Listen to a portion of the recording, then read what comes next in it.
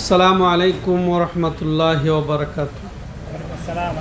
আলহামদুলিল্লাহি রাব্বিল আলামিন ওয়াল আকিবাতুল মুত্তাকিন ওয়াসসালাতু ওয়াসসালামু আলা আশরাফিল আমবিয়াই ওয়াল মুরসালিন নবিয়িনা মুহাম্মদ ওয়া আলা আলিহি ওয়া সাহবিহি ওয়া মান তাবিআহুম বিইহসানিন ইলা ইয়াউমিদ্দিন, আম্মা বা'দ।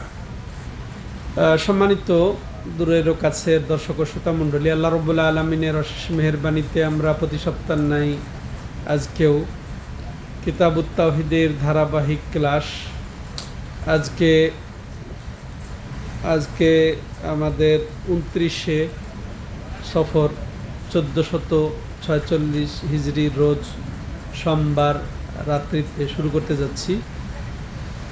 তো ধারাবাহিকতায় এ পর্যায়ে লেখক রাহিমাহুল্লাহ গত ক্লাসে বা গত অধ্যায়ে যেটা আমরা শুনেছি তাতে বর্ণনা দিয়েছেন যে জাদু সম্পর্কে যা এসেছে, জাদু সতর্কতা, জাদুর বিধান, এগুলো সম্পর্কে আমরা শুনেছি, জাদুর হুকুম এগুলো নিয়ে। তো ওটা ছিল এমন জাদু যেটা একেবারে প্রকৃত, যেটা জাদু যার হুকুম এটা শিরক এবং কুফরি, এবং যদি জাদুঘর ধরা পড়ে তাহলে তাকে মৃত্যুদণ্ড দেওয়া তার হচ্ছে বিধান। তো এগুলা নিয়ে আমরা আলোচনা শুনেছি গত আলোচনায়। এবার তার সম্পূরক আলোচনা। এটা জাদুর অন্য প্রকার, যেগুলো জাদু সাধারণত আমরা জেনেছি, তার কিছু কিছু প্রকার আছে যেগুলা আবার এই প্রকারগুলা আজকের যে আলোচনা হবে এটাও দুই প্রকার। এক হচ্ছে ওই যে গত সপ্তাহ যে প্রকৃত যেগুলা জাদুর সম্পর্কে আমরা জেনেছি, যেটা গোপন নিতে হয়, নারী স্বামী স্ত্রীর পৃথক করে দেওয়া, বা এটা শয়তানকে ব্যবহার করে যে জাদু করা হয় তার হুকুম হচ্ছে কুফরি এবং শিরিক। তো ঠিক এই আজকে কয়েক প্রকার জাদুর আলোচনা হবে। এই প্রকারগুলো আবার দুই ধরনের। প্রথম প্রকার হচ্ছে যে যেটা গত সপ্তাহের আলোচনা ছিল বা গত ক্লাসের আলোচনা ছিল, যে এটাও শিরকের পর্যায়ে, কুফরির পর্যায়ে, যেমন গিরা লাগানো, সুতাতে বা রশিতে গিরা লাগিয়ে ফুঁ দেওয়া, জিনের ব্যবহার, এটাও এক প্রকার এখানে আলোচনা হবে। সেই হিসেবে জাদুর যে বিভিন্ন প্রকার আছে তার মধ্যে এই প্রথম প্রকার এইটা হচ্ছে যে সেটা শিরক এবং কুফরি তুল্য।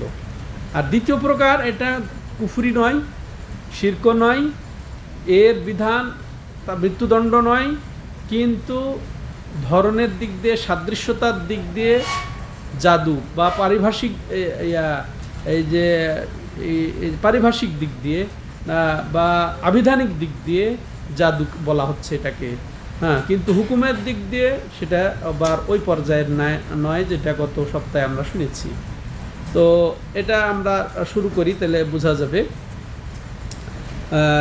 এখানে লেখক রাহিমাহুল্লাহ বলছেন, বাবু বায়ানে শাইইম মিন আনওয়াইস সিহর, যে এই অধ্যায়ে বর্ণনা হবে যে জাদুর কতিপয় প্রকার, এখানে সেই বর্ণনায় হবে।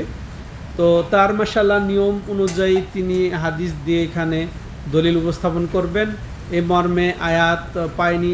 জাদুর ব্যাপারে গত অধ্যায়ে আলোচনা করেছেন উনি আয়াত দিয়ে, কিন্তু এটা আরও অন্যান্য ভিন্ন প্রকার যেগুলা জাদু উল্লেখ আছে হাদিসে, সেগুলো তিনি উল্লেখ করবেন বিধায় হাদিস দিয়ে তিনি 5টি হাদিস দলিল উপস্থাপন করেছেন। তো প্রথম হাদিস, এটা ইমাম আহমদ বিন হাম্বল, যিনি 4 ইমামের প্রসিদ্ধ একজন ইমাম, বা ইমাম আহলিস সুন্নাহ বলা হয় তাকে, তিনি সবার পরে এসেছেন, সেই হিসেবে তিনি অনেক হাদিস সংগ্রহ করেছেন। তার সে বিশাল হাদিস সংগ্রহ, প্রায় 50 ভলিউমের হাদিস গ্রন্থ আছে। তার ইমামদের মধ্যে সবচেয়ে বেশি হাদিস তিনি সংগ্রহ করেছেন। তো এটা সেই ইমাম আহমদ বিন হাম্বল। তো তিনি বর্ণনা করছেন যে হাদ্দাসানা মুহাম্মদ ইবনে জাফরিন হাদ্দাসানা আউফুন আন হাইয়ান ইবনুল আলাই হাদ্দাসানা কাতানু ইবনু কুবাইসা আন আবিহি আন্নাহু সামিআন নবী সাল্লাল্লাহু আলাইহি ওয়াসাল্লাম ক্বাল ইন্নাল ইয়াফাতা ওয়াত তারক ওয়াত তিয়ারা মিনাল জিবত। তো এই ইমাম আহমদ বর্ণনাকারী, এর মধ্যে কয়েকজন উনি বলছেন আমাকে মোহাম্মদ বর্ণনা করেছেন, উনি বলছেন যে আমাকে আউফ বর্ণনা করেছেন, তারপরে উনি বলছেন যে আমাকে কাতান বিন ওবাইসা বর্ণনা করেছেন।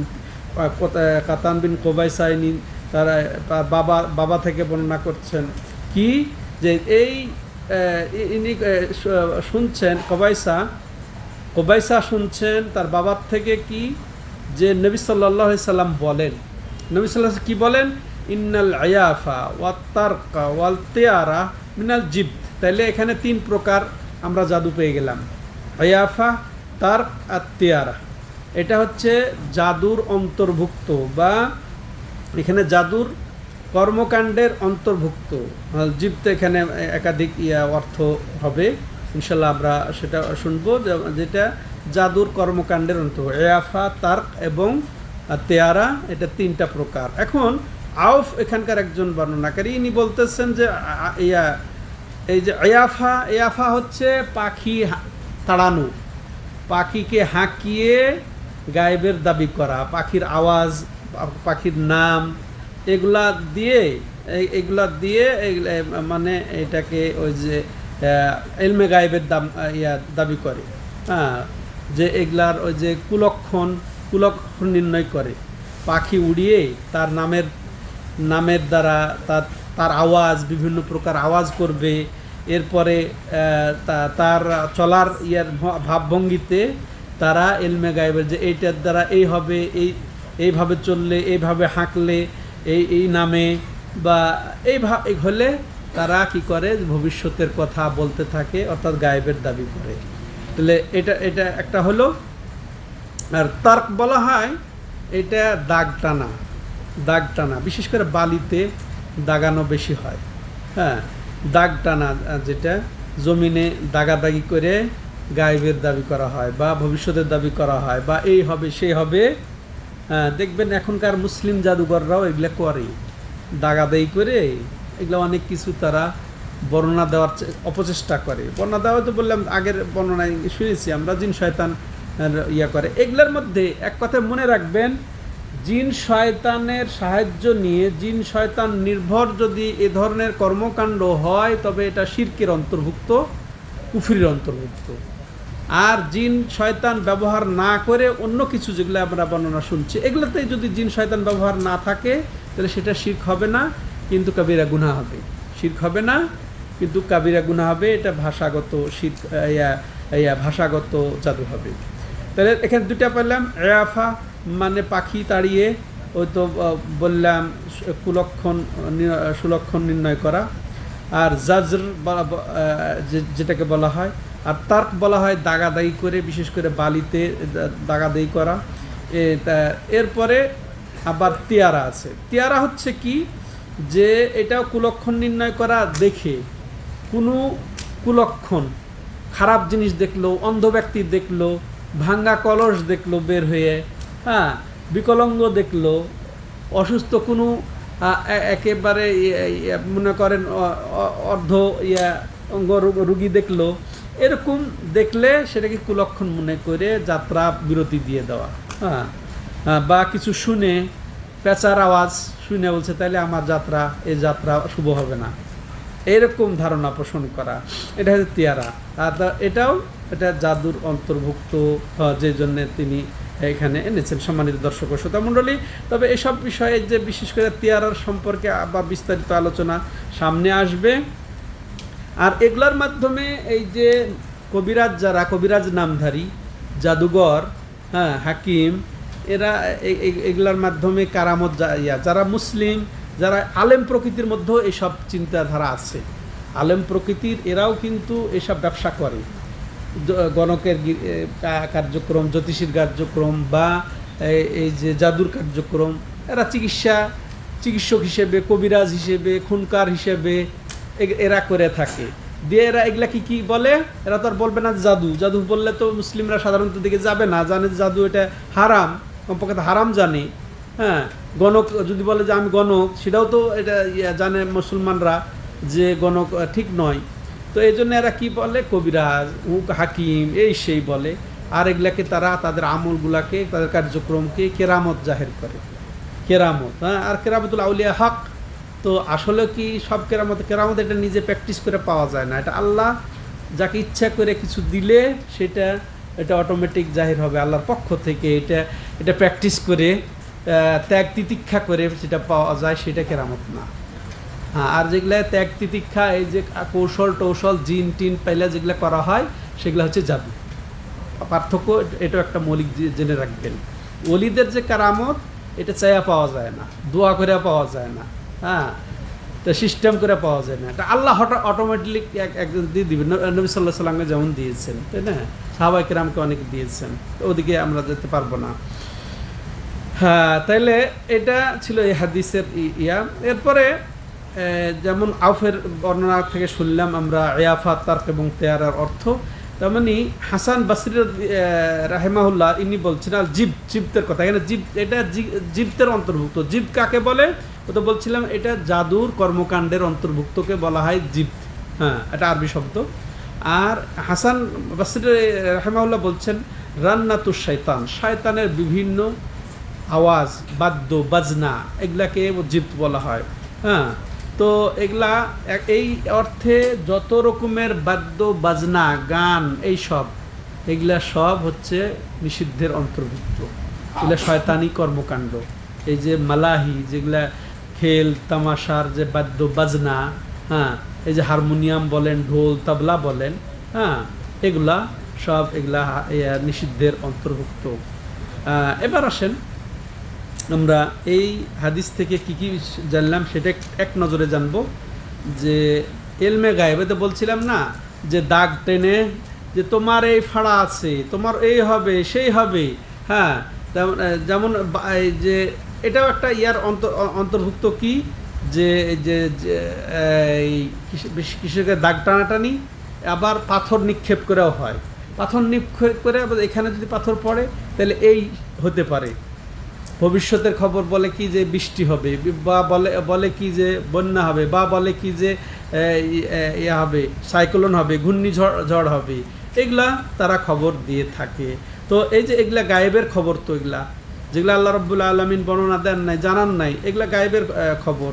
তো এগুলা দাবি করা এটা হারাম, হ্যাঁ, এটা তাওহীদের বিপরীত। এই জন্যে লেখক রাহিমাহুল্লাহ তার এই অধ্যায়ে বর্ণনা দিয়েছেন। এটা তাওহীদের বিপরীত, তাওহীদেরই তিনি বিশ্লেষণ করছেন, এগুলা ব্যাখ্যা করছেন, এগুলো বর্ণনা দিচ্ছেন। তেমনি তিয়ারার ব্যাপারে যেটা বললাম, পাখি উড়িয়ে সুলক্ষণ কুলক্ষণ নির্ণয় করা, যে এটাও তাওহীদের পরিপন্থী। এটা আল্লাহ রাব্বুল আলামিনের কাছেই আছে ভালো মন্দ, হ্যাঁ, সব কিছু। তেমনি ভাবেও যেটা একটু আগে বলা হলো, বাদ্য বাজনা যত রকমের এগুলা আছে সেগুলা সব হারামের অন্তর্ভুক্ত।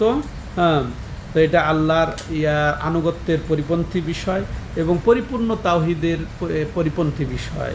তেমনইভাবে এই হাদিস থেকে আমরা জানতে পারলাম যে এই গান বাজনার যে বাদ্য, এগুলা সব শয়তানি আমল।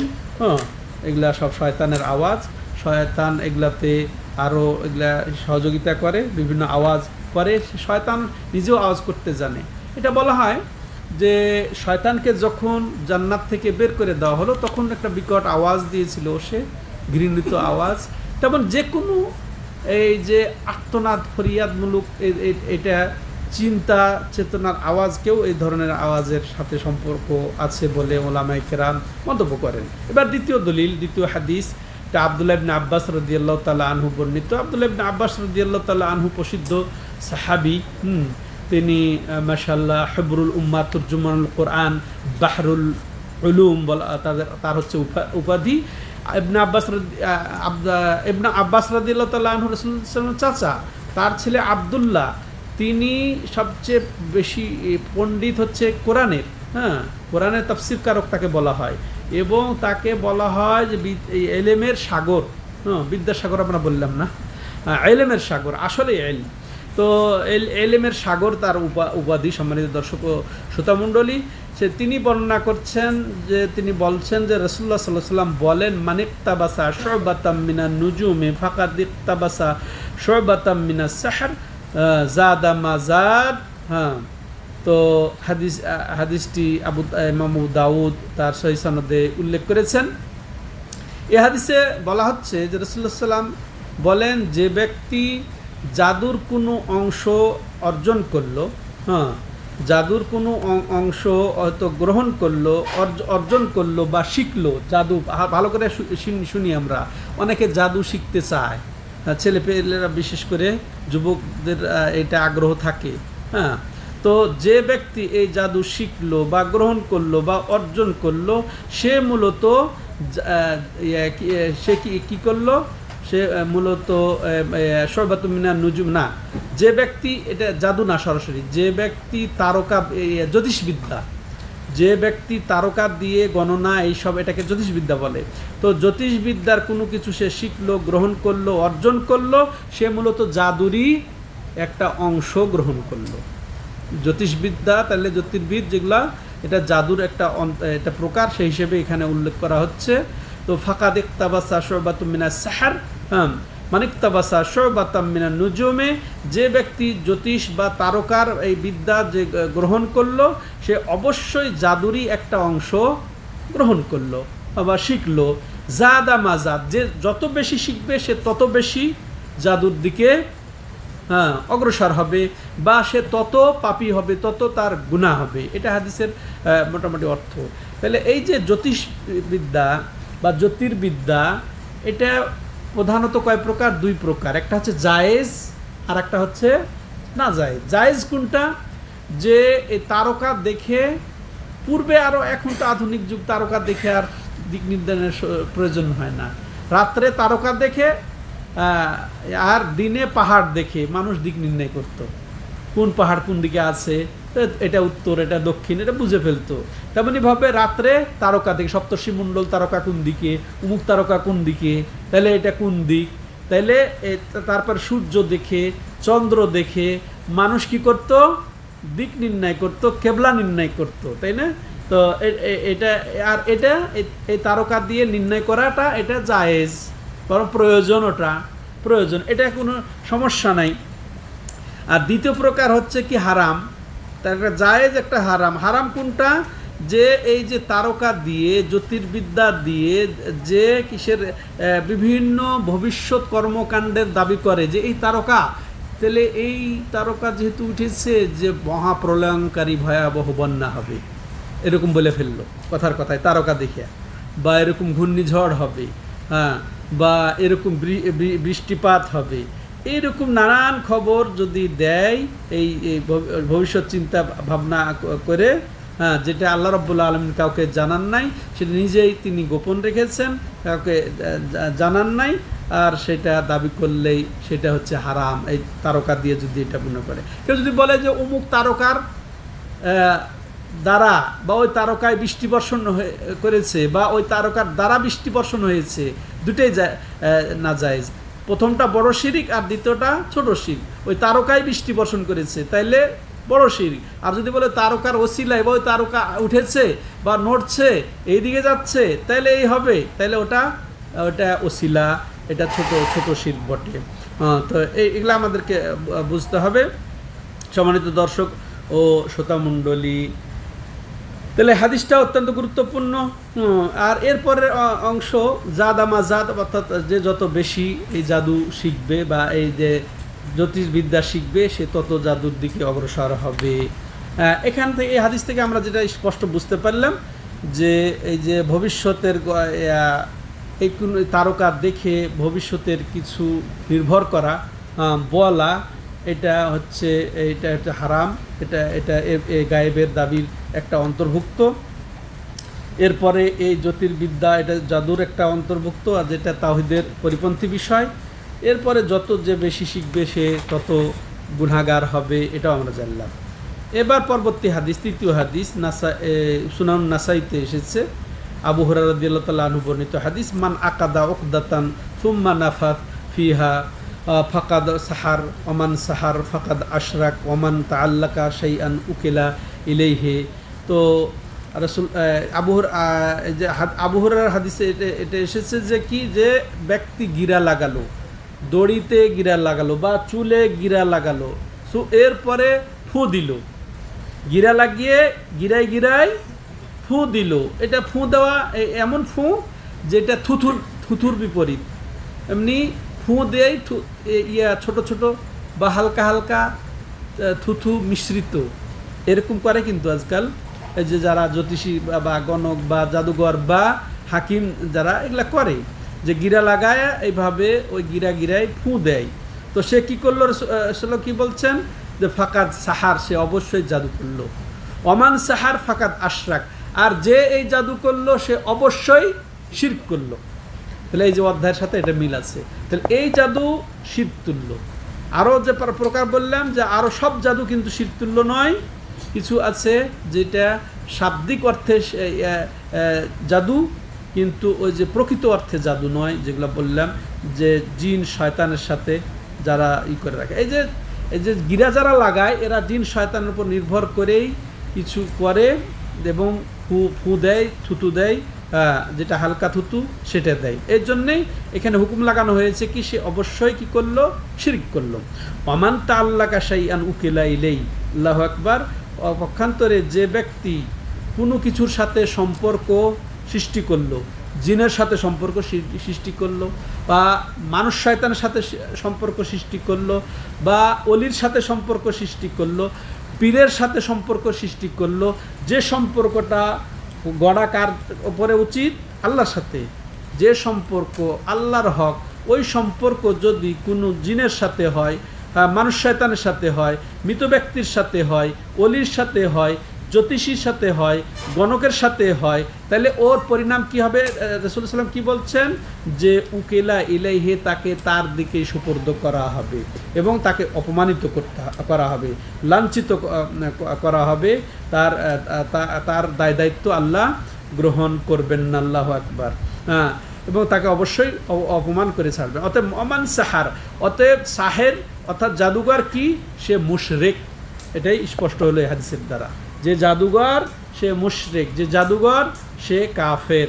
এই হাদিস থেকে আমরা এটাই বুঝতে পারলাম সম্মানিত দর্শক ও শ্রোতামণ্ডলী। এবার এই হাদিসের শিক্ষা হলো কি, যে জাদুর কিছু প্রকারের মধ্যে এটি একটা প্রকার, যে গিরা লাগানো, গিরা লাগিয়ে ফু দেওয়া। তো এটা শয়তান নির্ভর করে হয়, এই জন্য এটা শিরক, বড় শিরক। তেমনইভাবে আন্না সেহরা শিরকুন, এটাও আমরা বুঝলাম যে এখানে শয়তানের সাথে যেহেতু সহযোগিতা নেওয়া হয়। এরপরে যে এই যে আল্লাহকে বাদ দিয়ে এসবের সাথে সম্পর্ক গড়বে, তাকে আল্লাহ রাব্বুল আলামিন অবশ্যই অপমানিত, অবদস্ত করবেন, সেটাও আমরা বুঝতে পারলাম। এবার চতুর্থ হাদিস, আন ইবনে মাসউদ রাদিয়াল্লাহু আনহু আন্না রাসূলুল্লাহ সাল্লাল্লাহু আলাইহি ওয়াসাল্লাম قال আলা হাল উনাব্বিউকুম মাল আযাহ হিয়া আন-নামিমা আল-কালা বাইনান নাস। রাওয়াহু মুসলিম। এটা ইমাম মুসলিম বর্ণনা দিয়েছেন হাদিসটি। তো রাসূলুল্লাহ সাল্লাল্লাহু আলাইহি ওয়াসাল্লাম কি বলেছেন এখানে, আচ্ছা তোমাদের কি আমি খবর দেব না আল আজ সম্পর্কে? আল আজ এটা আরবি শব্দ, আর আল আজ শব্দর সম্পর্কে কি আমি তোমাদেরকে জানাবো না? নবী সাল্লাল্লাহু আলাইহি ওয়াসাল্লাম নিজে বলে হিয়া নামিমা, আর সেটা হচ্ছে কি নামিমা আল কালা বাইনান নাস। এমন এটা নামিমা যেটা মানুষের কাছে বলে বেড়ানো হয়, যেটা বেশি বেশি বলা হয় মানুষের ঝগড়া সৃষ্টি করার জন্যে, সেটা হচ্ছে নামিমা। আল আজ এটা আসল হচ্ছে জাদুর ক্ষেত্রে ব্যবহার হয়। আজ শব্দটা বিভিন্ন ধরনের জাদু এখানে এই ব্যবহার হয়। আর এইখানে নবী সাল্লাল্লাহু আলাইহি ওয়াসাল্লাম এর ব্যাখ্যা দিয়েছেন যে নামিমা অর্থ একজনের কথা আর একজনকে গিয়ে লাগিয়ে দ্বন্দ্ব সৃষ্টি করা, ফিতনা সৃষ্টি করা, ফাসাদ সৃষ্টি করা। একজনের কথা লাগিয়ে যে ও তো এরকম, আর ওর কাছে যে ও যার কথা বললো ওর কাছে যা বলে ও তো তোমাকে এরকম বলে, তুমুক বলে, এই যে কথা বলে ঝগড়া সৃষ্টি করা। তেমনি শুধু একজনের না, এক বাড়ির কথা আর এক বাড়িতে যেয়ে লাগানো। তেমনি শুধু এতটুকুই না, এক সমাজের কথা আর এক সমাজে গিয়ে লাগানো। কোথাও ওটা একটা আলাদা সমাজ, ওটা একটা আলাদা সমাজ, ওই সমাজের কথা ওই সমাজে লাগিয়ে শত্রুতা সৃষ্টি করে দেওয়া, ফিতনা সৃষ্টি করে দেওয়া। এক দলের কথা আর এক দলের কথা এইভাবে লাগিয়ে করা। এটাই হচ্ছে আজ, আর এটা হচ্ছে নামিমা। এটা মানুষের মধ্যে গিয়ে এই ধরনের কথা বলা। তো এটাও জাদুর অন্তর্ভুক্ত। এই জন্য লেখক রাহিমাহুল্লাহ এই হাদিসটা এখানে উল্লেখ করেছেন তার অধ্যায়ের দলিল হিসেবে। তো কিভাবে জাদুর সাথে সম্পর্ক? জাদুর সাথে সম্পর্ক দুইভাবে। শুরুর দিকে যে ও আসলে সব কথা বলে না, প্রকৃত কথা বলে না, গোপনতা রক্ষা করে। আর জাদুর মূলই হচ্ছে গোপনীয়তা, গোপনভাবে তন্ত্র মন্ত্র পড়ে এটা ক্ষতির চেষ্টা করা, এটা হচ্ছে জাদুর হচ্ছে মূল চালিকা শক্তি। তার সাথে শয়তানের ইয়ার নেওয়া, সহযোগিতা নেওয়া, শয়তান নির্ভর করি। তো এই এই যে একজন কথা আরেকজন লাগানো, এ কিন্তু গোপন রাখে, শুরুটাই এটা। এরপরে জাদুর কি প্রতিক্রিয়া কি, জাদুর ফলাফল কি, শেষ পর্যন্ত যাদের মধ্যে মহব্বত ছিল মহব্বতটাকে নষ্ট করে দেয় জাদু, তাই না? বা মহব্বত নাই, সে জাদুর মাধ্যমে মহব্বত তৈরি করে, দুটাই কিন্তু জাদুর কাজ। তো ঠিক অনুরূপভাবে যারা এইভাবে এখান থেকে ওইখানে যে কথা লাগায়, চুগলখোর, এটা আরবি উর্দু শব্দ, ফার্সি শব্দ, তো আমরা বুঝি তাহলে একজন কথা আর একজন লাগানো, এটা হচ্ছে চুগলখোর। বাংলা কি, বাংলা কি এর? তো যাই হোক, তো এইটা হ্যাঁ, তাহলে এটা দ্বিতীয় দেখেন, শেষ পরিণাম কিন্তু এই একজন কথা আরেকজন লাগাইলে দেখবেন বিচ্ছেদ সৃষ্টি হয়ে যাবে। যখন এক গোষ্ঠীর কথা আর এক গোষ্ঠীকে যা বলবে, এ তো যেগুলো কি বলবে, কিসের নিয়তে বলবে, ভালোর নিয়তে বলবে না। ভালো নিয়তে বললে তো ওটা সমস্যা নেই, তাই না? কিন্তু এ বলবে কি দ্বন্দ্ব লাগানোর নিয়তে, ঠিক আছে, অর্থাৎ ফিতনা লাগানোর নিয়তে, খারাপ নিয়তে। আর সেটাই এটা জাদুর সাথে সম্পর্ক রয়েছে, যার কারণে এই অধ্যায় লেখক এই বিষয়টা উল্লেখ করেছেন। রাসূলও বলেছেন এইটা হচ্ছে জাদু, নামিমা। তোমার আজ মানে কি জানো, এটা হচ্ছে নামিমা, অর্থাৎ এটা একটা প্রকার জাদু। জাদু যেমন ওই তো বললাম গোপনীয়তা থাকে, তেমন এর মধ্যে গোপনীয়তা থাকে। আর ওই জাদুর মাধ্যমে যেমন বিচ্ছেদ সৃষ্টি হয়, এবং দেখবেন খামাখা ওই ইয়ে করে আবার একত্রিত করে আরও একটা এখানে থাকতে পারে। সেই হিসেবে এটার সাথে মিল আছে, সম্মানিত দর্শক ও শ্রোতামণ্ডলী। এই হাদিস থেকে যেটা আমরা জানলাম যে এই যে একজনের কথা আর একজনের লাগানো, এটা জাদুর অন্তর্ভুক্ত, এটা জাদুর অন্তর্ভুক্ত। তাহলে এটা হারাম, কাবিরা গুনাহ। ওই তো বলছিলাম কি শুরুতে, যে এটা কিন্তু ওই যে কুফরি না, এর বিধান কিন্তু কুফরি না, যে এই একজনের কথা আর একজনের লাগাবে, এটা কুফরি না, শিরিক না হলেও এটা কি কাবিরা গুনাহ। এটা আমরা বাঁচবো কি বাঁচবো না, এর থেকে বাঁচতে হয়। এটা জাদুর অন্তর্ভুক্ত, যদিও এটা আবিধানিক অর্থে এটা জাদু, তাই না? এটা জাদুর যে মূল ক্রিয়া সেটাও এর দ্বারা হয়, প্রতিক্রিয়া। তো এটা আমরা বুঝলাম। তো এখানে যেহেতু যে শয়তানের ব্যবহার হয় না, এই জন্যে এটা ওই বড় জাদু নয়, এটা আমরা বুঝবো। আর এটা আসলে এই জাদুর ফলে এটা দুই মানে যেটা মিল মহব্বতের অন্তর, সেখানে বিচ্ছিন্ন সৃষ্টি করা হয় মানুষের মাধ্যমে।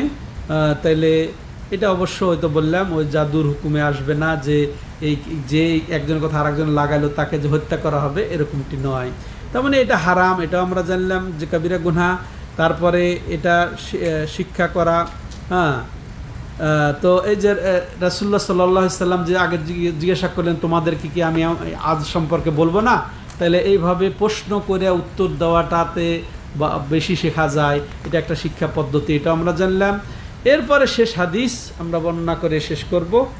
সেটা কি, এই যে এটা বুখারী মুসলিমের যদি বলা হয়েছে, কিন্তু আসলে মুসলিম শরীফে বর্ণনাটি এসেছে, যেটা আব্দুল্লাহ ইবনে উমর রাদিয়াল্লাহু তাআলা আনহুমা বর্ণনাকারী, আন্না রাসূলুল্লাহ সাল্লাল্লাহু আলাইহি ওয়াসাল্লাম কল ইন্না মিনাল বায়ানি লা সিহরা, যে নিশ্চয় কিছু কথা আছে, বয়ান আছে, যেটা বক্তব্য আছে, যেটা একেবারে জাদুময়ী, সেটা জাদুর তুল্য। এই জন্যেই এই হাদিসটা লেখক রাহিমাহুল্লাহ এই অধ্যায়ে এনেছেন, যেটাও একটা জাদুর প্রকার।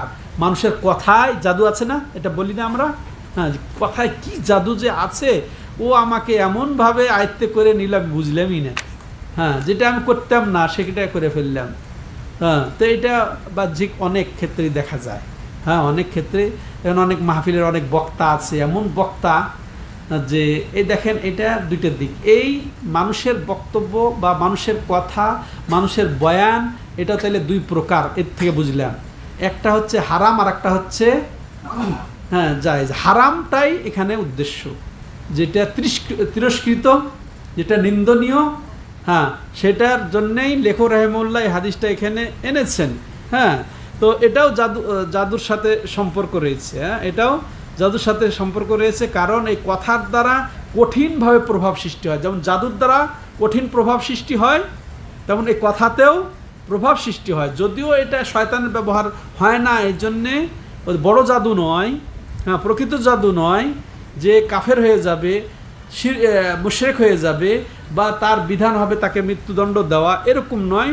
কিন্তু এই কথার দ্বারা এমন কঠিনভাবে প্রতিক্রিয়া সৃষ্টি হয় যে যে শ্রোতা তে একেবারে ঘায়েল হয়ে যায়, শ্রোতা ঘায়েল হয়ে যায়, হ্যাঁ।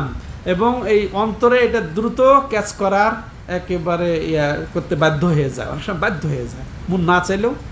আমি ফুটপাতের দৃষ্টান্ত দিই, গুলিস্তানে ফুটপাতের হকাররা কি বক্তব্য দেয়, হ্যাঁ, পকেটে মনে হচ্ছে ও যে ওষুধ বেচবে ওইটা আপনার কাছে যত টাকা থাকবে না যে ওইটা নিতেই হবে, এমনভাবে সে বক্তব্যতে আপনাকে আয়ত্তে নিয়ে আসে। তো এটাই হচ্ছে জাদু, এটাই হচ্ছে জাদু। যেটা আসল কথা এখানে সেই জাদু যেটাকে বাতিলটাকে এমন অবয়ব দিবে, এমন ডেকোর দেবে, হ্যাঁ, যে একেবারে আপনাকে একের সত্যতে পরিণত করে দেখিয়ে দিবে। তো ঠিক এর বিপরীতটা, সত্যকে এমন বাতিলের লেভেল দেবে যে একেবারে বাতিল করে ছাড়বে। এটা হচ্ছে জাদু, এটা কথা। যেমন যারা বেদাতি, হ্যাঁ, যারা বেদাতি তারা মিথ্যাটাকে এমনভাবে, নাহাক জিনিসটাকে, বেদাতটাকে, শিরকি কর্মকাণ্ডকে এমনভাবে উপস্থাপন করবে যে এর চেয়ে বড় ইবাদত আর কিছু নেই। অথচ বড় ইবাদতকে তারা এমনভাবে লেভেল পরায় দেবে যে এটা তো জায়েজই নাই, অথচ ইবাদত। এটাই হচ্ছে জাদু। এই কথা যাদের আছে, পাণ্ডিত্য আছে, হ্যাঁ, যোগ্যতা আছে, এটা হচ্ছে হারাম, এটা হচ্ছে জাদু। কিন্তু হ্যাঁ, এর বিপরীতে আল্লাহ যাকে মাশাআল্লাহ এই যোগ্যতা দান করেছেন, বাকপটুতা, আর এটা যদি সে মাশাআল্লাহ বৈধ কর্মকাণ্ডে ব্যবহার করে, বৈধ কাজে ব্যবহার করে, যদি হককে সুপ্রতিষ্ঠা করার জন্য সে ব্যবহার করে, সে প্রশংসনীয়, এবং হককে সুসাব্যস্ত করার, তাওহীদকে সুন্দর ভাষায়, হ্যাঁ, এটা আসলে ভাষার অলংকারিত্ব যার মধ্যে আছে, তারকে আল্লাহ যা দিয়েছেন, অনেক কিছুই দিয়েছেন, হিকমত, ভাষার মাধুর্যতা যার মধ্যে আছে, আর এর দ্বারা সে যদি হককে সুপ্রতিষ্ঠিত করতে পারে এবং হককে সুসাব্যস্ত করতে পারে, বাতিলকে বাতিল গণ্য করে দেখিয়ে দিতে পারে, হককে একেবারে স্পষ্ট বর্ণনা দিয়ে দিতে পারে, এটা একটা জাদু, এটাও একটা জাদু। আর এটা কাম্য, এটা হওয়া উচিত, আর এটা ব্যবহার করা উচিত। তাহলে এই হাদিসটা এখানে আনার উদ্দেশ্য, প্রথম যেটা বলা হলো, যেটা নিন্দনীয়, ঘৃণিত, যে বাতিলকে হক করে দেখিয়ে দিতে যারা পারে, আবার হককে একের বাতিল পর্যায়ে নিয়ে চলে যেতে পারে, হ্যাঁ, যার দ্বারা কঠিন প্রভাব ফেলতে পারে অন্তরে, কুপ্রভাব, তার ইচ্ছাই ভিন্ন, ফিতনা ফাসাদ সৃষ্টি করার জন্যে, এই জন্যে এটাকে জাদু হিসেবে গ্রহণ করা হয়েছে। আর এই জাদুর ক্রিয়া তো এরকমই হয়, হ্যাঁ, অন্তরে এরকমই হয়। তো এর থেকে যেটা আমরা বুঝলাম এই হাদিস থেকে, যে এটা একটা জাদুর প্রকার, হ্যাঁ। তো এটা আসলে এটা ওই তো মিশ্রিত করে দেওয়া, বাতিলকে হকের মধ্যে হকে মিশ্রিত করে দেওয়া, আর এটা ওই জাদু এখানে বা ওই বয়ান এখানে উদ্দিষ্ট, যেটা মানুষকে একেবারে অন্তরে গেঁথে যায় কঠিনভাবে, এটা অন্যায়ভাবে, হ্যাঁ। তো এটা আমরা বুঝলাম। তাইলে এই ছিল আজকের অধ্যায়ের মূল কথা, যে কয়েক প্রকার জাদুর এখানে আলোচনা হয়েছে। তো তার মধ্যে একটা হচ্ছে যে পাখি হাঁকিয়ে যে সুলক্ষণ কুলক্ষণ নির্ণয় করা, ভবিষ্যতের খবর দাবি করে। এরপরে দ্বিতীয় হচ্ছে কি দাগাদাগি করে, বিশেষ করে বালিতে, মাটিতে, জমিনে বা পাথর নিক্ষেপ করে, হ্যাঁ, ভবিষ্যৎ দাবি করে এই হবে, সেই হবে, এই বিপদ হবে, এই ঘূর্ণিঝড় হবে, এই হবে, এইভাবে এগুলা দাবি করা। তেমনইভাবে তিয়ারা, যেটাও ওই যে পাখি উড়ে যেটা করা হয়, তেমনইভাবে আমরা জানলাম যে জ্যোতিষের কথা ইনশাআল্লাহ স্পেশালভাবে আর এক অধ্যায় আসবে, এই জন্যে আর ওদিকে যাচ্ছি না। আর এগুলা সব জাদুর তো বললাম, এক কথায় যে জিন নির্ভর বা জিনের সহযোগিতায় যেটা হবে সেটা কুফরি এবং শিরক। আর যদি জিন নির্ভর না হয় তাহলে সেটা ওই যে বললাম, যেটা প্রতিক্রিয়া হয় জাদুর মতোই, শাব্দিকভাবে যেটা জাদুর সাথে মিল আছে, সেগুলা ওই তো সাধারণ জাদু, হ্যাঁ, এটাও হারাম, এটাও কাবিরা গুনাহ। এক কথায় সব জাদু থেকে আমাদেরকে বেঁচে থাকতে হবে, এটাই আমরা বুঝতে পারলাম।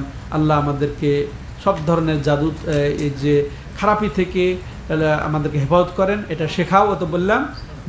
এই যে জ্যোতিষবিদ্যা এটাও কিন্তু শেখা হারাম, যদি ওই যে বললাম ভবিষ্যতের দাবি করে যদি হয়।